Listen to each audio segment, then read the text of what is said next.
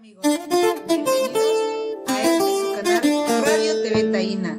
Yo soy Nancy Palacios.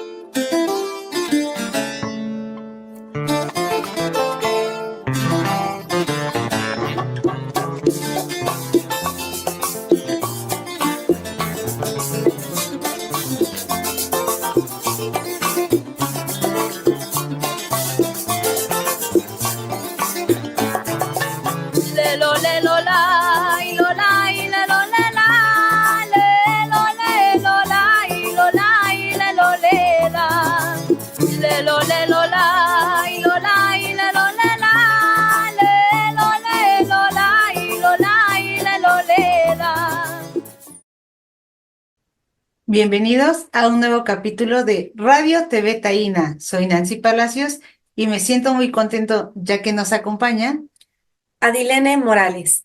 ¿Qué tal, amigos? Espero que se encuentren muy bien. En esta ocasión. Nuestro primer ponente es Antonio Camacho Negrón. Él es activista por la independencia de Puerto Rico y fue preso político. Nació en el municipio de Yauco. Estudió psicología en la Universidad de Puerto Rico y Derecho en la Universidad Interamericana. Trabajó por muchos años en programas de rehabilitación para usuarios de drogas. Es uno de los portavoces de Frente Antielectoral. Tratándose de dos naciones que sufren el yugo colonial, ¿se podría comparar de alguna manera la situación de Palestina con la situación de Puerto Rico? ¿Cuáles serían las semejanzas y cuáles las diferencias? Muy buenas noches. Gracias, Batillo, por invitarme a participar en este programa de radio TV Taína. Es un honor para mí. Definitivamente, sí, podemos hacer la comparación. Y existen muchas semejanzas en la situación geopolítica de ambos pueblos.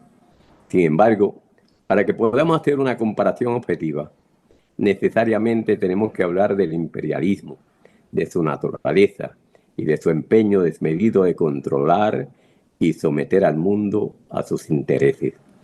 Como bien sabemos, la agenda imperial anglosajona siempre ha sido dominar al mundo para convertirse en sus amos y apoderarse de sus recursos. También tenemos que hacer mención del motor que impulsa a este imperialismo: el sistema capitalista depredador, un sistema cuyo principal objetivo es maximizar el capital y cualquier otra consideración como la vida humana, la dignidad humana, los derechos humanos, la libertad y autonomía de los pueblos, el derecho internacional, la protección de la naturaleza, etc., pasan a un segundo término y son pisoteados tan pronto se convierten en obstáculo a la explotación capitalista.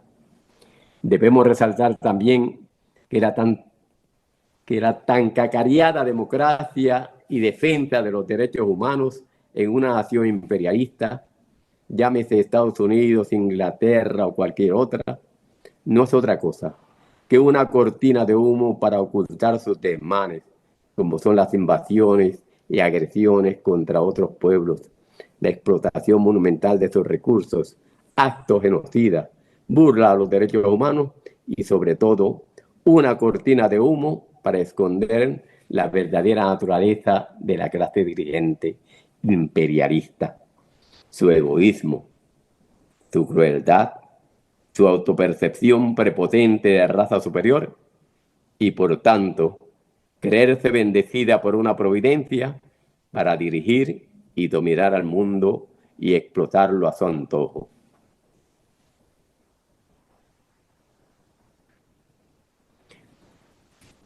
En cuanto a Palestina y Puerto Rico, yo diría que como estados coloniales invadidos y sometidos por los intereses imperiales, tienen muchas similitudes. En primer lugar, debemos destacar que ambas naciones, debido a su ubicación geográfica, son víctimas del expansionismo imperialista norteamericano en su agenda de dominación mundial y explotación de sus recursos.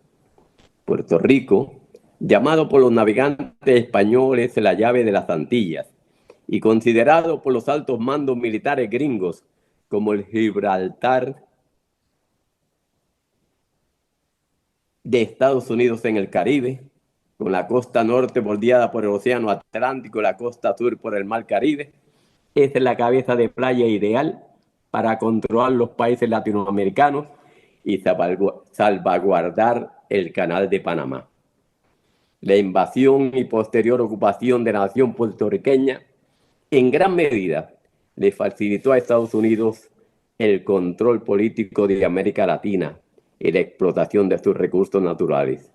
De las bases estadounidenses en la isla salieron gran parte de las fuerzas militares que invadieron, derrocaron gobiernos y apoyaron dictaduras en nuestro continente. Igualmente, Palestina, con una llanura costera mediterránea de más de 187 kilómetros, con frontera con 4 países, es la cabeza de playa perfecta para controlar el Medio Oriente y apoderarse de sus recursos y salvaguardar el Canal de Suez. Por tal razón, la creación artificiosa del Estado de Israel le ha permitido a Estados Unidos y a Gran Bretaña el control político de la mayoría de los países del Medio Oriente, de sus rutas comerciales y de sus recursos naturales, especialmente el petróleo y el gas. Pero mucho más significativo aún, le ha permitido fragmentar las naciones árabes y sembrar cizaña entre ellas para acentuar sus contradicciones y evitar a toda costa la unidad del mundo árabe y musulmán. Además, tanto los palestinos como los puertorriqueños han sido desplazados de sus tierras y sometidos a la transculturación. Más de la mitad de la población de ambas naciones vive en el exterior. A pesar de que la lucha y el sacrificio del pueblo puertorriqueño no se puede comparar al historial de lucha del pueblo palestino con sus apabullantes pérdidas humanas y materiales, ambos pueblos han sufrido los desmanes del imperialismo y como naciones ocupadas han recurrido al derecho inalienable de la lucha armada como medio de lograr su independencia. Puerto Rico tuvo el levantamiento nacionalista bajo la dirección del prócer don Pedro Albizu Campos y sus militantes fueron masacrados por las Fuerzas Armadas norteamericanas en Río Piedras, Ayuya y Ponce. A los puertorriqueños por muchos años se les prohibió enarbolar la bandera nacional y en las escuelas públicas hablar nuestro idioma, el español. Y al igual que a los palestinos en Israel, la persecución de los independentistas, el satinizarlos, ficharlos y asesinarlos fueron parte de la estrategia colonialista para doblegar su voluntad y someterlos al yugo imperial. En ambas naciones se han establecido gobiernos títeres, autoproclamados democráticos, a sabiendas que en un país ocupado, donde las decisiones más importantes la toma el opresor, la democracia es una mentira. Gobiernos títeres y sus sistemas eleccionarios, diseñados especialmente para suprimir los anhelos de libertad de las masas y destruir su conciencia revolucionaria. En Puerto Rico crearon la falacia del Estado libre asociado, que ni es libre, ni es Estado, ni es asociado, sino una colonia sujeta a los poderes absolutos del Congreso Imperial norteamericano. Y en Palestina, la Autoridad Nacional Palestina, cuya autoridad era solo de nombre, no de facto. Por último, podemos decir que la lucha por la liberación nacional de ambas naciones ha estado plagada de fragmentación, luchas internas, liberalismo y culipandeo. Pero lo que más ha afectado a ambas luchas han sido las posiciones reformistas y cobardes de los sectores más acomodados y en contubernio con el opresor. Sectores siempre predispuestos a conformarse con migajas políticas e inclinados más a sus mezquinos intereses que a la nación como una totalidad. Los puertorriqueños tenemos mucho que aprender de los palestinos. La libertad de la patria no es gratuita, demanda mucho sacrificio y se abona con sangre, no con votos. Amigo Antonio Camacho Negrón, muchas gracias por tan excelente información. En Días para la Memoria tenemos a Karen Rodríguez con el tema Día contra el Cambio Climático.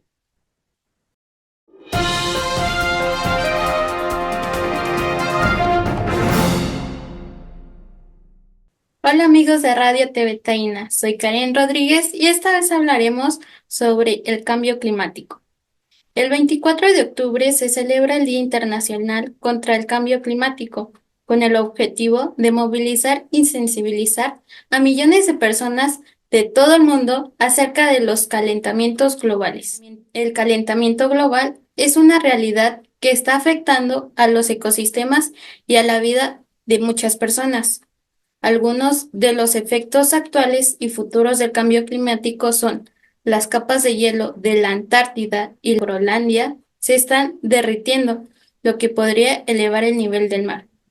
Los incendios forestales son más frecuentes.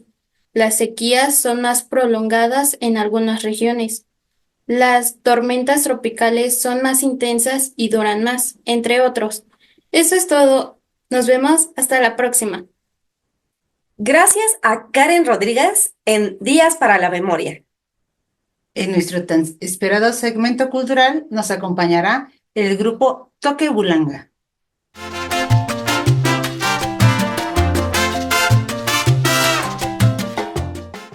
Buenos días, buenas noches, buenas tardes, amigas y amigos. Por acá el Pata de Toque Bulanga les saluda. El proyecto de Toque Bulanga surge más o menos hace unos 15 años ya, con la necesidad de hacer música, latina, la necesidad de alzar la voz y con la necesidad de llevar esta música que nosotros hacemos y sumarla a las causas sociales.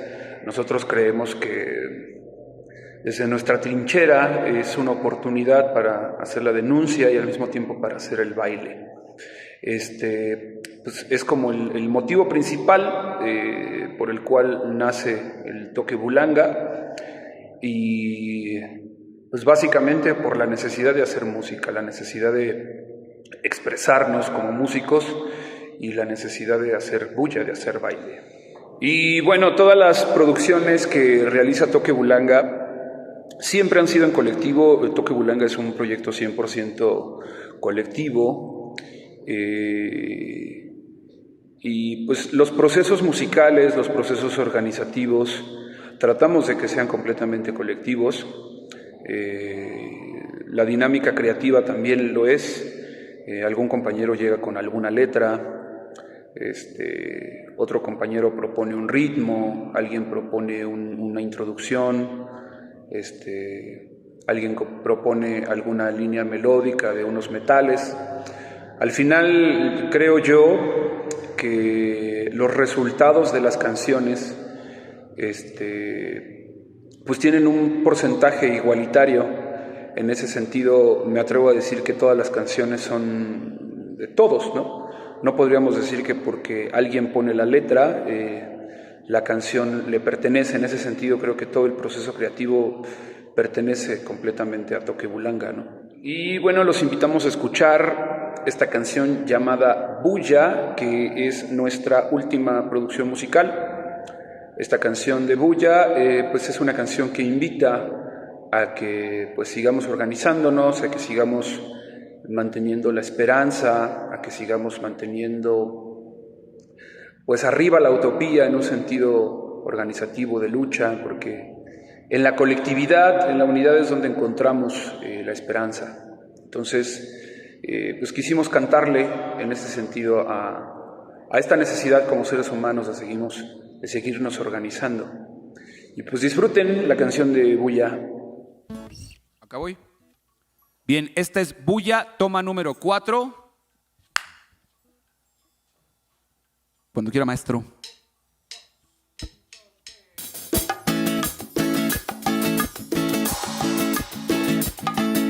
Yo quiero cantar la bulla cantando voy con esmero, que se forme un grito y se escuche en el mundo entero, que se forme un grito y se escuche en el mundo entero.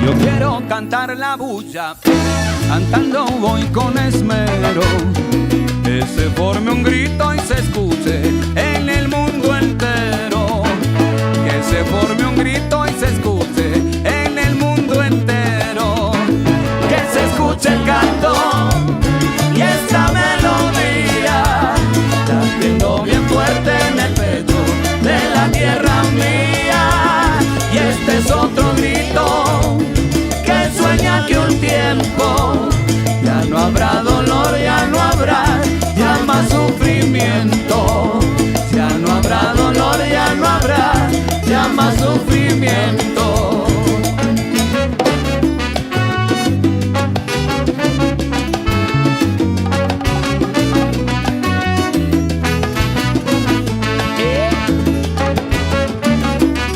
Oye, sí.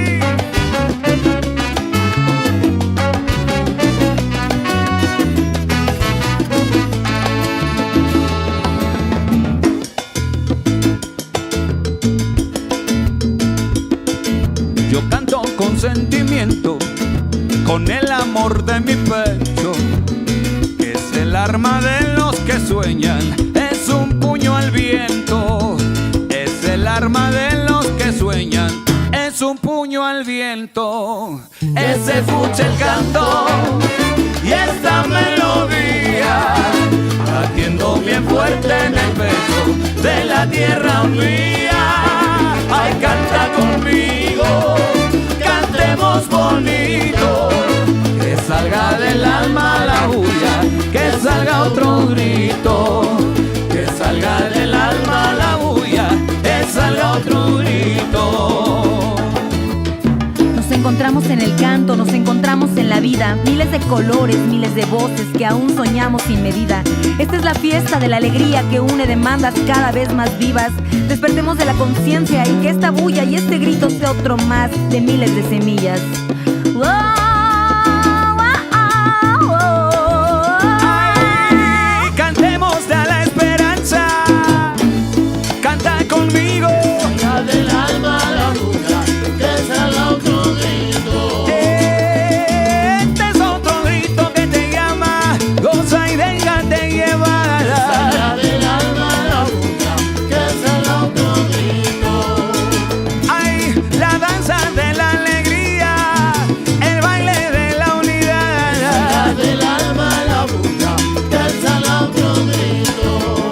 Otro canto de resistencia, porque nos falta mucho para llegar. Salga del alma la bulla, que salga otro grito. Oye, sí.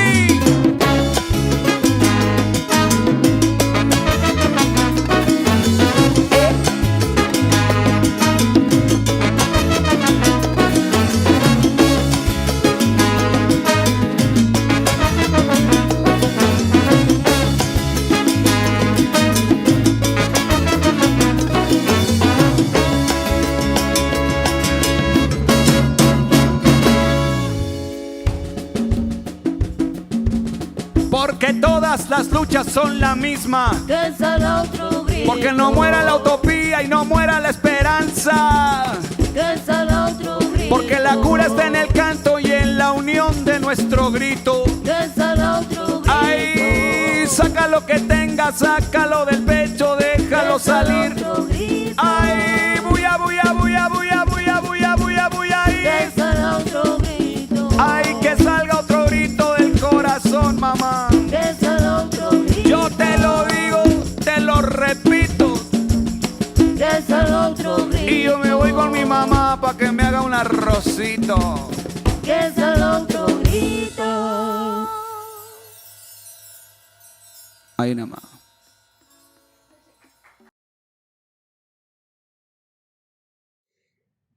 Y bueno, el motivo de este evento del Foro Alicia pues fue justamente presentar nuestros dos últimos temas que estamos promocionando, que es la canción de Un Lugar, que es una cumbia que habla de la Ciudad de México, y la canción de Bulla.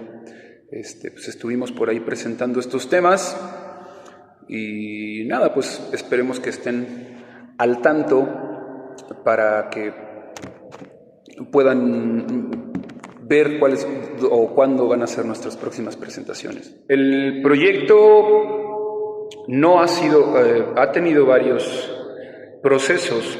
El Toque Bulanga ha tenido muchos integrantes. Me atrevo yo a decir que incluso ha tenido como varias alineaciones completamente diferentes. Y por momentos ha sido complejo, sin embargo, por momentos esa complejidad le ha podido dar una solidez al proyecto al día de hoy. Creo que esta complejidad que ha tenido el Toque Bulanga ha sido parte del proceso y es lo que ha hecho que el día de hoy el Toque Bulanga pues tenga esta solidez y haya podido alcanzar esta madurez que de alguna u otra manera se ha podido expresar en la música que hace, ¿no? Creo que todos los procesos, incluyendo esta complejidad del Toque Bulanga, han sido necesarios. Y bueno, pues nuestros próximos proyectos en puerta pues son seguir haciendo música, seguir haciendo canciones originales nuevas, y está por salir esta última grabación que hicimos, esta sesión en vivo que lleva por nombre Bulla. Y pues nada, síganos en nuestras redes sociales como Toque Bulanga y sigan a Radio TV Taína. Ha sido un gusto la invitación, un gusto por que nos hayan invitado pues a formar parte de esta entrevista, y pues un placer. Muchísimas gracias, y por acá está el pata de Toque Bulanga. Gracias al grupo Toque Bulanga por tan excelente participación. Queremos enviar saludos a nuestros seguidores, como lo son José Luis Hernández A Erika Suárez, y a Efrén Hernández. Como siguiente ponente, David Cilia Olmos. Él es doctor en Desarrollo Rural por la UAM Xochimilco. Fue militante de la Liga Comunista 23 de septiembre, fundador del Foro Permanente por la Comisión de la Verdad y de la Asociación de Sobrevivientes de la Guerra Sucia. Actualmente es investigador del Programa Nacional Estratégico de Seguridad Humana de CONACYT, México, director de la editorial Guasipungo, Tierra Roja. Cuéntanos, David, ¿cuáles son los aspectos no reconocidos con suficiente espacio en el tema de la conquista? ¿Cuáles son los aspectos no reconocidos de la conquista o de la llamada conquista de América por parte de los españoles en primer lugar y en general por el mundo occidental, o lo que hoy se conoce como el mundo occidental? Las últimas declaraciones incluso de altas personalidades del mundo español hablan de esta persistencia que tienen de identificar que llegaron a un continente donde había solamente personas salvajes. La verdad, esa es una de las primeras cosas que tenemos que desmistificar, porque lamentablemente, por lo menos en el caso de la historia de México, el poco conocimiento de los españoles del lugar al que llegaron, incluso los europeos consideraban que habían llegado a las Indias, les impidió ver realmente lo que estaban, lo que se estaban encontrando. Y uno de los temas principales es cómo esto ha venido a aztequizar la historia de México.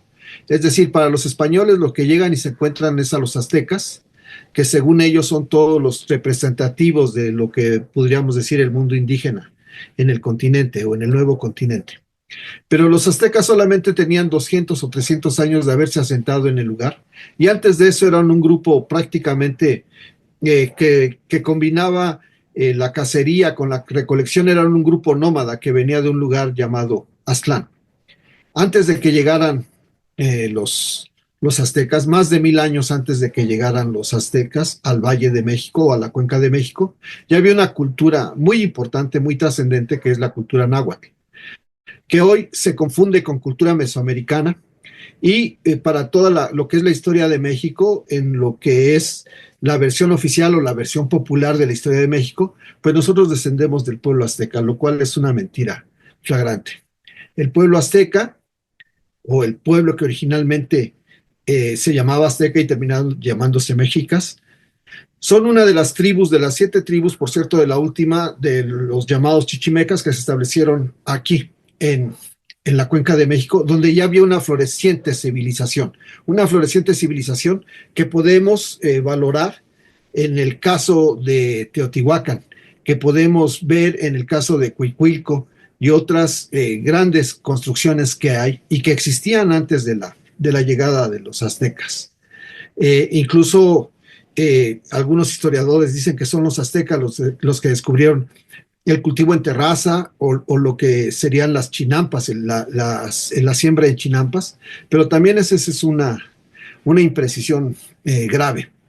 Cuando llegaron los aztecas aquí ya había un gran desarrollo, ya estaba la cultura náhuatl. La cultura náhuatl es la cultura que se erigió en torno al agua, en torno a lo que era el lago, que hoy conocemos como Texcoco, o que lo único que queda es de Texcoco, pero que era el lago de la Cuenca de México.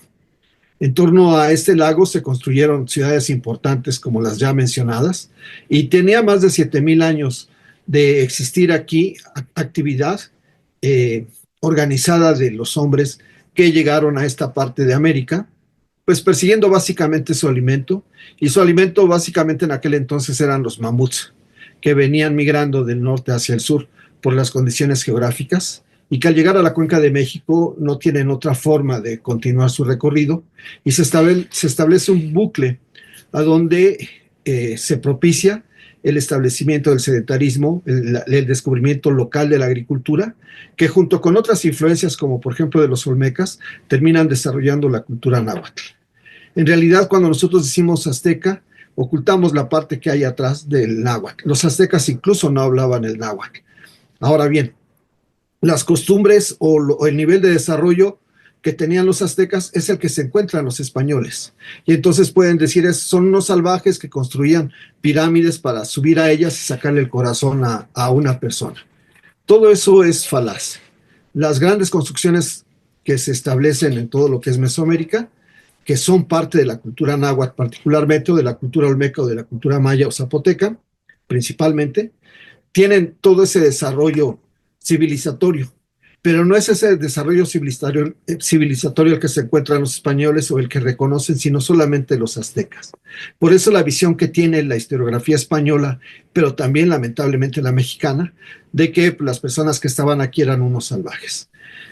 Simplemente si hubieran llegado los españoles aquí, al mismo lugar a donde llegaron, que hoy conocemos como América o a México, lo que hoy conocemos como México, si hubieran llegado 1000 años antes, hubieran sido completamente destruidos por las civilizaciones que existían, que estaban perfectamente organizadas y que a partir del año 600, 700, entraron en decadencia producto del grave cambio climático que se presentó por aquellas épocas, que debilitó sus economías, sus estructuras, y que obligó a otras tribus que estaban en condiciones peores en el norte del país, que hoy conocemos como Aridoamérica, los obligó a migrar en hordas inmensas que llegaron y rompieron las defensas de la civilización náhuatl y se fueron apropiando las diversas migraciones de lo que fueron las ciudades de la civilización de la náhuatl o la civilización náhuatl. Entonces, por eso cuando llega Hernán Cortés, por ejemplo, en la primera plática que tiene con Moctezuma, Moctezuma le dice claramente a Hernán Cortés, es que nosotros, al igual que ustedes, no somos de aquí, nosotros venimos a este lugar, pero nosotros no somos los originarios de aquí. En referencia a que había toda una cultura y una civilización que es la que había desarrollado los grandes avances astronómicos, la cuenta calendárica de 52 años, las órbitas de los principales planetas, la órbita del Sol, etc. Entonces, esa es una parte que debemos recuperar de la historia de México. La civilización, ya la llamada civilización de los europeos o los españoles cuando llega a América y particularmente a México, no se encuentra con la gran civilización que se había desarrollado antes, sino se encuentra con un grupo étnico que se había, por fuerza de la migración por los cambios climáticos que había, se había apropiado ya de lo que quedaba de las antiguas civilizaciones, se había sobrepuesto a ellas y había erigido sobre esas estructuras sociales su propia dominación. Por eso es tan fácil a los españoles todo este proceso que en términos militares se ve un poco asombroso, que es la conquista de México o la conquista de toda América. Pero como digo yo, si los españoles hubieran llegado no en 1519, en 1521, sino 1000 años antes, hubieran sido destruidos por completo. ¿Qué implicaciones tiene la historia nacional? Pues antes de continuar, quisiera mandar un saludo muy afectuoso a nuestros compañeros de Radio TV Taína y a los compañeros que en Puerto Rico continúan la lucha por la independencia de ese país, que es parte de nuestra América y que es una lucha que todos tenemos que dar, en contra de la dominación colonial y en contra de la expansión imperialista que está desarrollando Estados Unidos y ha venido desarrollando a lo largo de este siglo y del siglo que pasó. Pues, ¿cuáles son los impactos que tuvo la conquista en América y particularmente en nuestro país? Algún investigador decía que si se estableciera un puente con el material de metales preciosos como la plata que se extrajo durante la colonia, se podría unir un puente entre América y España por la gran cantidad de metales preciosos que se llevaron. Esta cantidad de metales preciosos ha servido para que durante los siglos XVII, XVIII, el Imperio Español tuviera un dominio sobre el resto de las naciones de Occidente, fuera el país predominante en el globo durante ese periodo posterior a la conquista, gracias a la gran riqueza que se llevaron. Lo que dejaron, pues, fue prácticamente todo lo que no se pudieron llevar, pero además lograron destruir prácticamente toda la organización social, dejando solamente a nivel de localidades esta parte del reconocimiento interno de quienes deberían de gobernar, pero sí llevaron un proceso destructivo de lo que eran las civilizaciones muy avanzadas de la cultura náhuatl, maya, olmeca, zapoteca, etcétera, que se encontraron los españoles, y lo mismo hicieron en el Perú y en otras regiones de América. Esa supremacía les permitió y les sigue permitiendo al reinado de España, a los reyes de España, tener una injerencia mundial y asumirse como parte de un primer mundo, mientras América se ha mantenido tradicionalmente como parte de los países subdesarrollados o del tercer mundo. No es la independencia la que trajo a nuestro país una vida justa para todos. Trajo una vida mejor frente a los españoles por parte de los criollos, pero los pueblos indígenas siguieron siendo sojuzgados y en el peor de los casos estaban en una situación más difícil que la que tuvieron en la colonia. En la colonia existían leyes determinadas y existía cierto nivel de explotación de los pueblos, pero a partir del México independiente se lleva a cabo un proceso donde se busca abiertamente aniquilar a las comunidades indígenas. Las leyes de reforma son en parte un ejemplo de este intento por aburguesar el país y desaparecer a lo que llamaban los resabios del desarrollo, que eran los pueblos indígenas. Y esta lucha se ha mantenido hasta nuestros días.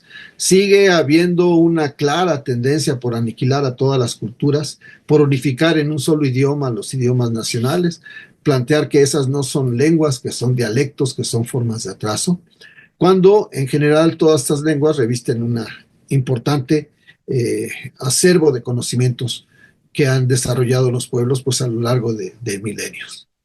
El impacto principal ha sido la creación de una clase sojuzgada que coincide con su origen étnico, por un lado, y por otro lado, una clase que detenta el poder y sojuzga a los demás, que generalmente son los herederos del modo de producción colonial y que más tarde son digamos, los criollos contemporáneos, que se apropiaron de la economía, que se apropiaron de la educación, de la cultura, etcétera, y despojaron de todo esto a los pueblos indígenas. Esto llevó a que en toda América, y particularmente en México, la lucha de clases siempre se diera entre los indígenas y los campesinos en defensa o en resistencia de las agresiones de lo que sería el expansionismo del capital.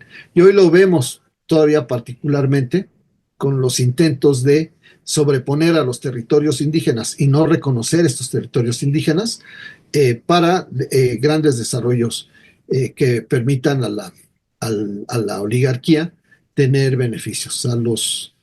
Sigue siendo para los oligarcas contemporáneos lo mismo que para los burgueses liberales de la época de la Reforma.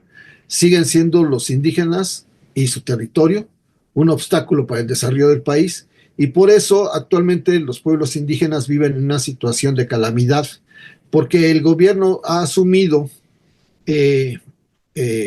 incorrectamente que es el que tiene que reconocer quién es pueblo indígena y quién no lo es, y quién es titular de las tierras comunales de los pueblos indígenas y quién no lo es, y cuáles son los padrones o las autoridades que ellos pueden elegir y a cuáles no. Y como es una estructura burocrática ineficiente, esto ha llevado a la indefensión jurídica a la mayoría de nuestros pueblos indígenas. La mayor parte del territorio nacional, más del 52%, corresponde a la propiedad social, pero también al mismo tiempo esta propiedad social, sus dueños originarios no son reconocidos por el Estado ni en su derecho a tomar decisiones en sus propias asambleas si no es bajo la tutela del Estado, y no poder elegir a sus propios dirigentes, agrarios en este caso, si no es bajo la tutela de las instituciones del Estado. Eso es lo que nos ha llevado a una situación precaria en el campo, donde los campesinos están cada vez más pobres y el capitalismo se desarrolla a costa de ellos. Muchísimas gracias. Gracias, David Cilia. Esto ha sido todo en esta emisión. Los esperamos en la próxima.